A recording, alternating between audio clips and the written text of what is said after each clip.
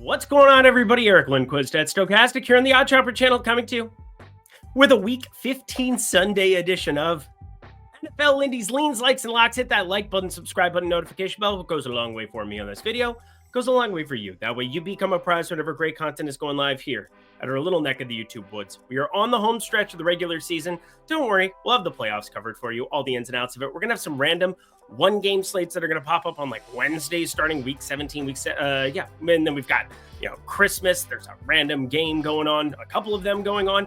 Shout out Netflix, going to be lovely. If they want to hire me sometime, sounds great. But Lindy50 in the meantime, if you guys want to support the channel, if you guys want to come kick it in the Discord and get all of my bets as soon as I make them, you can do so down at the link below and use that code Lindy50. Gets you 50% off anything. 50% off anything, either the weekly or the monthly. Your first of them, your first week would become $10. Your first month would be $25. That's less than $1 a day. Plus, I'm a lovely human. Plus, I'm pretty good at betting. So if you guys want to come kick it, ask me questions, I shall give you answers in that Discord, Lindy50, plus talking DFS, talking pick'em, talking all of the ins and outs of that. Alrighty, y'all. Without further ado, lots of games to cover. We got two games that'll be fun to cover on Monday as well. Skull. Nobody cares? Cool. Producer Jacob, let's get to the picks. We begin our boarding walk with Baltimore and New York.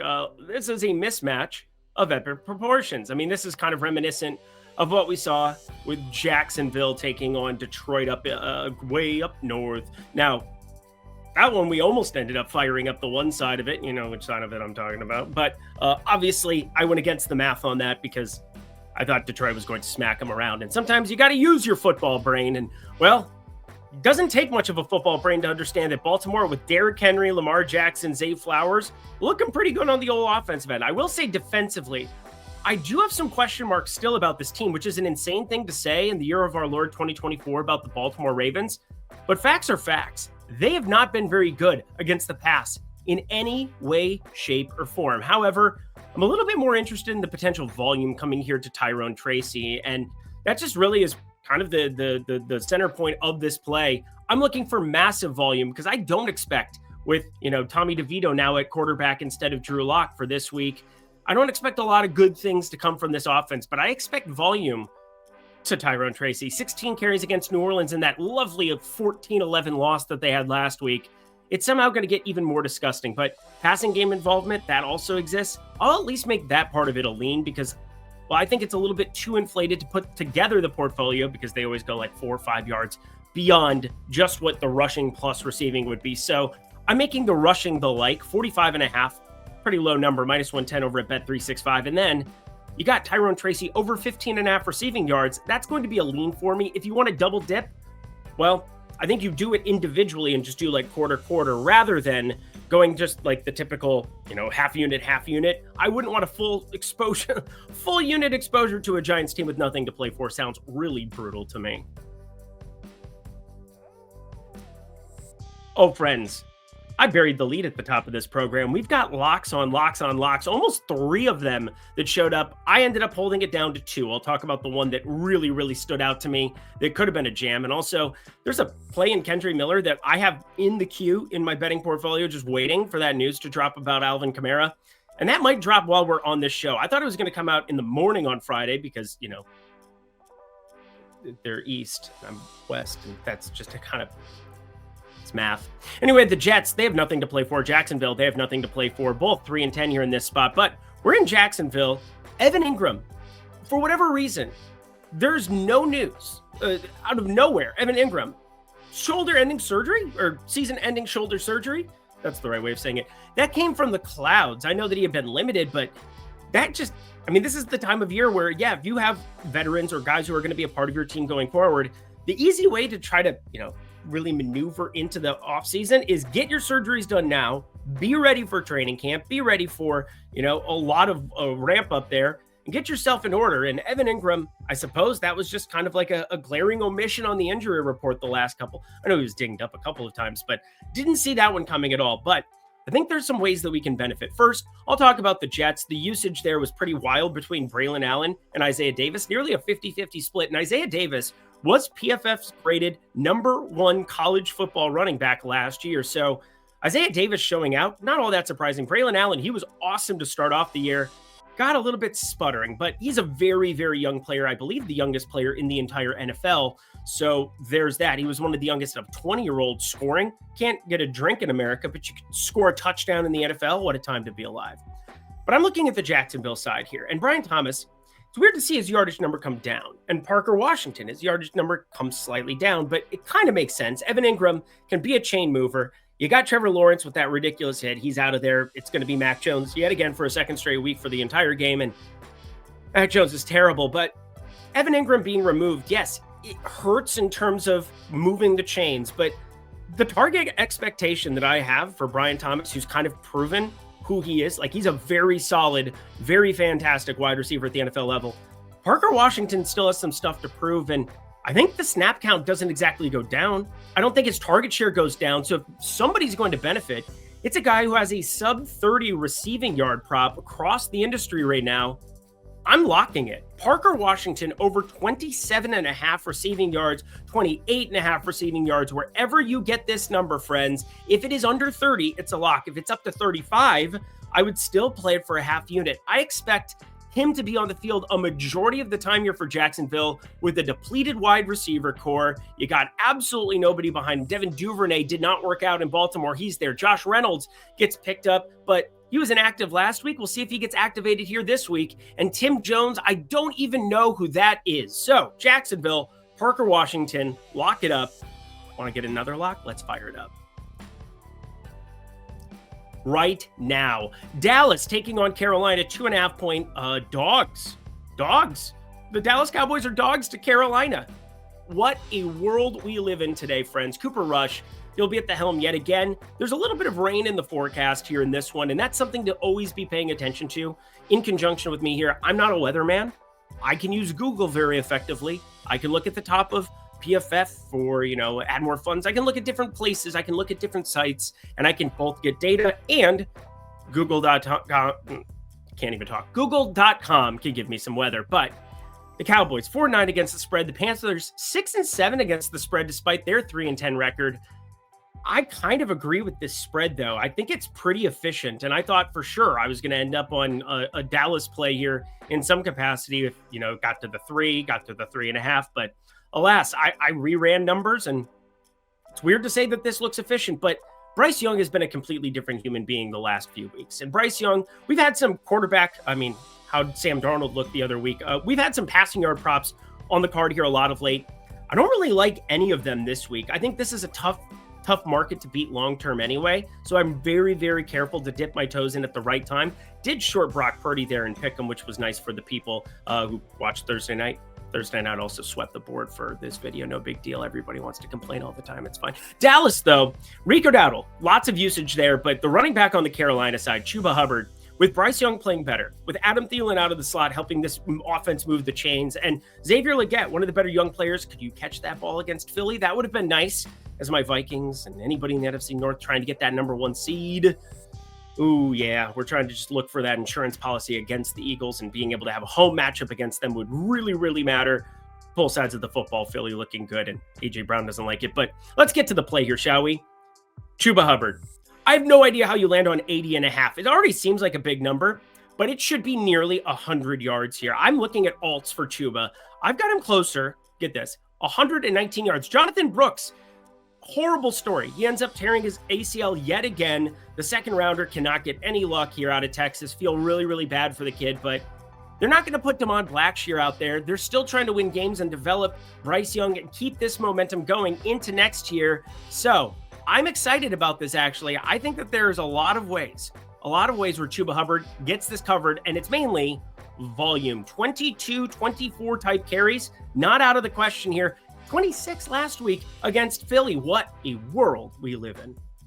I have a lot of plays that I'm interested in this one, but nothing has made the card as of yet. Washington, 7.5 point favorites taking on New Orleans.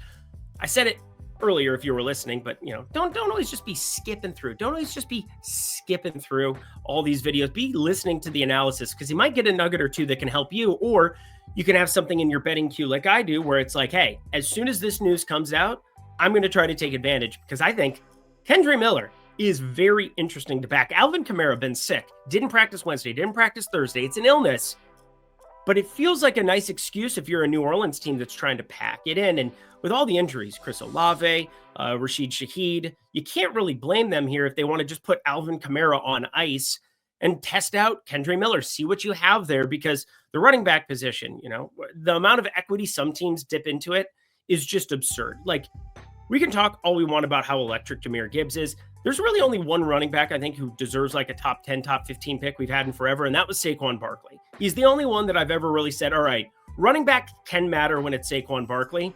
Otherwise, you kind of want to rotate these guys in, keep some of them fresh, and then save them up for big primetime spots in games where you really need to push the Alvin Kamara passing game, things like that. Do you need to do it against Washington when you're 5-8 in a division that's pretty much not going to be yours in any way, shape, or form? Maybe they win 4 in a row with the backups that they have in order, but with Derek Carr also not expected to be back here, Jake Haener is going to be getting the start, which is kind of insane to me when you have Spencer Rattler there if you're actually trying to win the game. But alas, it is what it is. It's not like either of them are good.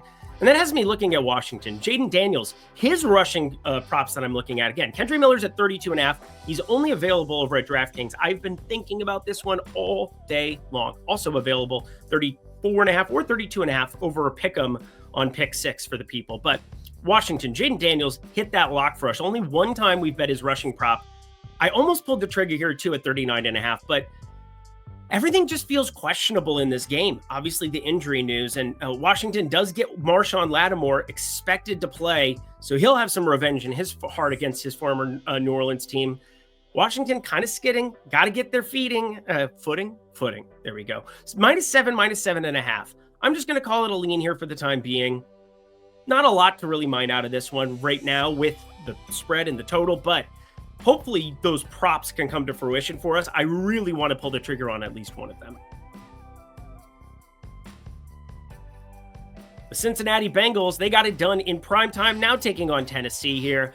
They looked really uncomfortably bad against the Cowboys and still found a way to win a football game and cover, which is kind of interesting. But Cincy, -5 here on the road against Tennessee. And Tennessee more than likely going to be without Tony Pollard. I'm expecting a lot of Tajay Spears usage, and Tajay Spears has no props available on him right now because Tony Pollard is like an all-in type dude, or you're going to have like Tajay Spears sharing time with Julius Chestnut there in that backfield. In terms of their defense, Tennessee's defense has played markedly better than I expected them to this season. They have decent enough pieces, but that doesn't matter against Cincinnati's #1 ranked PFF offense, and Joe Burrow should just annihilate this football team. Joe Burrow, despite what we saw at times there against Dallas, I mean, Jamar Chase looked just fine, annihilated that slate, but I think you're going to see T. Higgins involved a lot more this time around, and both of them. Cincinnati's kind of playing to keep this team intact in some way, shape, or form, because if they don't run the table, T. Higgins, Jamar Chase, one of them for sure, probably hitting the exit signs. Both of them would be insane. I think you franchise tag, obviously, one of the two, as long as you don't have this holdout crap and you can get a contract figured out. But Joe Burrow's salary makes that a little bit more difficult. As for Tennessee and the receiving core, you've got Westbrook-Ikhine. Everybody wanted to ask me about his touchdown prop last week. I said, no, I get it. He has 48,000 of them. He has 8 touchdowns on the season. It's an absurd number. He had been on a touchdown streak for the ages, but he still has Will Levis out there throwing him the football. That is problematic, if you ask me. But I do like Cincinnati here, -5. This is one of the spreads that I'm comfortable with on this card. I think they really put the gas down. And Tony Pollard, Tennessee, really nothing to play for. Everybody's playing for jobs, so it's always kind of a weird narrative because you're always playing for your job in the NFL. But Cincy -5, it's a little bit too light for my liking. And hey, that defense, there were signs of life against Dallas, so at least that. But they were a fluky punt tip away from losing that football game. I think they get it done in handy fashion in Tennessee on Sunday. Kansas City at Cleveland. And speaking of teams that win by the narrowest of margins, Kansas City just keeps getting it done. Somehow, some way. It's so frustrating if you're not a Kansas City fan, but I suppose one of the reasons I got this job was talking about how good Patrick Mahomes was at Texas Tech, fell into the perfect system with Andy Reid, had great skill position players around him, had a really good role model for his first year there in Alex Smith, got one start there in Denver in that week 17 that really showed out how Patrick Mahomes could look. And then I just ran that to the bank, and Kansas City, the rest is history. They are prohibitive favorites still here for the Super Bowl, although they shouldn't be. I think the NFC is very, very alive with a couple of those teams, both Philly and, think about San Francisco once upon a time last season. I thought San Francisco was the better team between the two. But Kansas City, that defense is so, so good. Spagnuolo just continues at the defensive coordinator position, just calling perfect game after perfect game. But you probably don't need a perfect game if Cedric Tillman's going to be out. You probably don't need a perfect game if David Njoku is going to be out for this one. You could be looking at another wet situation here. A lot of rain expected there in Cleveland, a little snowfall as well. But we are looking at Jerry Jeudy, Elijah Moore, and basically nothing else. Jordan Akins potentially there. In fact, Jordan Akins is the guy that I think has the best grade of any prop in this game, which is why it's going in this corner. He's plus 400 at DraftKings. David Njoku, I don't expect to be suiting up because, again, what does Cleveland have to play for? They should just put Jameis Winston in bubble wrap. I suppose just continue to use his skills, see what you got there. But a 12-1 Kansas City team coming to town, only 4.5 point favorites, depending on where you're looking, despite missing Cedric Tillman, despite David Njoku not expected. So Jordan Akins plus 400, but gotta say, this should tell you all you really need to know. But I get it. Cleveland's defense is all right at times, but Kansas City, man, they're not the same Kansas City this year. The Dolphins taking on the Texans, and you should know by now what I do. You should know by now what I do. Is Devon Achane in the realm of bettable? Yes. Is it a decent total? Yes. Devon Achane, anytime touchdown. Almost locked in. I know a lot of people just, I don't, what do you want? All we do is cash Devon Achane anytime touchdown locks. So this is a like here for the time being. I have a half unit on it. It's a minus 118 at Caesars. If something shows up that's going to be minus 118 or better again, like minus 115 shows up, I'm probably going to double dip. You should know by now this is what we do. His usage is insane. Jeff Wilson is sent to the shadow realm. You've got Raheem Mostert, who's still, he's expected to be back here, but third downs, does he even get to play on the third downs that he was playing all the time here anymore? No, Devon Achane is too valuable in the passing game. Jonnu Smith spreading the field. Devon Achane, anytime touchdown, just keeps on the Merry Christmas, everyone. That's a really fun football game from implication standpoint too. Houston, I looked at Nico Collins. Everything looks pretty efficient. But anywho, we're on Indy plus 3.5 taking on Denver. 44.5 total. These are not the totals you were expecting earlier in the season for Denver games, but Denver games have Bo Nix playing at a very high level right now. He is extremely accurate. He's playing the quote-unquote Drew Brees role for Sean Payton, and he's doing a damn good job. He is spreading the ball around, whether it's Vile, Marvin Mims Jr. has that dog in him when needed. Troy Franklin, Lil Jordan Humphrey. That sounds like, Lil Drummer Boy. Maybe there's a Lil Jordan Humphrey anytime touchdown Christmas narrative coming our way there. There's not. Adam Trautman, Lucas Kroll. It's a committee deal. Running back is insane. You got Williams and McLaughlin and Esteem. These are just random bodies out there, but Bo Nix is making everybody involved, bringing everybody relevancy, and then defensively, it's the Pat Surtain show. It's just been insane watching him out there. Yes, we got that shootout with Jameis Winston. He still had 2 defensive touchdowns in that game. Absurd football, but in Mile High here, weather's been pretty decent there here of late. I think we continue that streak in this one, but Anthony Richardson, oh boy. I see a lot of issues coming his way in this one. I think Josh Downs plays here again, so he's off the injury report for this week. That's definitely helpful because he's been his number one, but Michael Pittman, it's been okay at times. Alec Pierce can stretch the field at times, but Jonathan Taylor, if they do not get it done on the ground here, I don't see Anthony Richardson beating this Denver secondary with his arm. I don't think many people do. And that has me looking at the under 44.5. I think this is a much more controlled game on the Denver side. Not that there's been any ADOT whatsoever here for Bo Nix in this offense, but I'm actually looking at Indy under 20.5 for a team total. It's currently juiced minus 130, which keeps me off of it, but got my eye on it. 19.5. Can I get close to that minus 105 type number?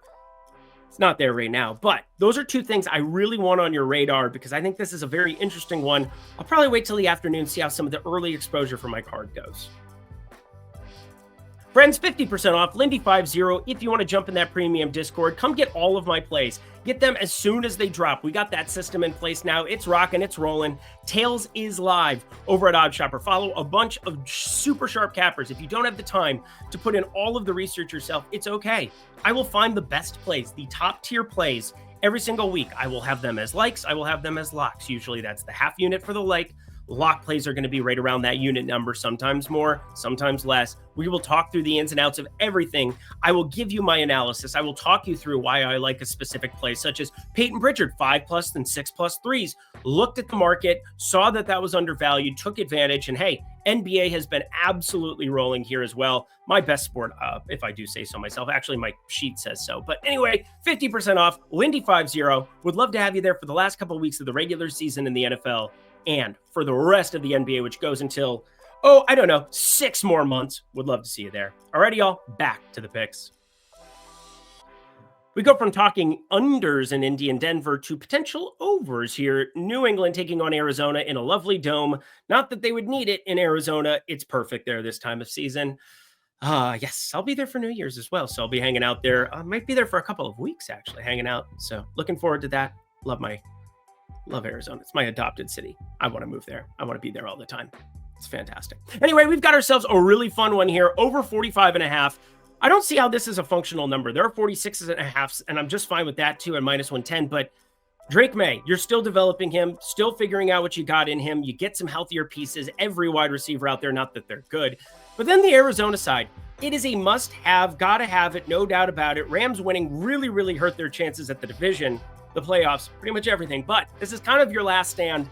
You throw everything up against the wall, and Marvin Harrison Jr., anytime touchdown, put that in your pipe and smoke it. Take a look at that. 8 touchdowns already from, 7 touchdowns. I'm an absolute liar. I brought that up earlier this season, but one of the more undervalued wide receivers in the market week in, week out. I haven't pulled the trigger on it yet. I think I probably do here against New England secondary on Sunday. My nose itched, sorry. Buffalo +2.5 at Denver. Or sorry, not at Denver, at Detroit. Oh, my golf ball's just sitting there. That's great. I was using the alignment rod. I was practicing. Put in that work, Devin. Don't give up. But we got Buffalo +2.5 at Detroit. Again, 54.5 total. Wowzer. Wowzer Bowser. But I guess that's what happens when Josh Allen comes off of, 3 passing touchdowns, 3 rushing touchdowns. He played in the snow and looked like a little child playing fantastic football and just rolling around, and Amari Cooper just shovel passing into him. The last 2 weeks have been insane for Buffalo, but it's only been 1-1. And now you're taking on Detroit.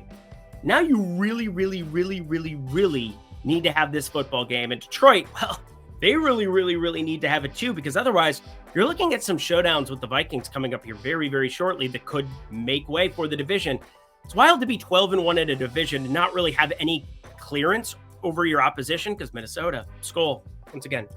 But the more you work through this football game, the more I don't see how you don't find Josh Allen to do absolutely everything in his power to win it. And that's resulted in a lot of him out of the pocket is just ridiculous. The amount of scrambles, the amount of plays he makes with his legs, 10 rushes, 82 yards. Don't forget, San Francisco, that game was always in tow. 3 rushes, 18 yards. But in all of these games where they've trailed or gotta have it type spots, Kansas City, that 1 W there, 12 rushes, 55 yards in these primetime type spots, Josh Allen is more willing to run. I don't know how to necessarily encapsulate that all within the data, but the data already likes over 35.5. So technically this would be a lock by that logic, but I'm going to keep it at a half unit. It's at -125, so it's juiced a little bit more at 35.5.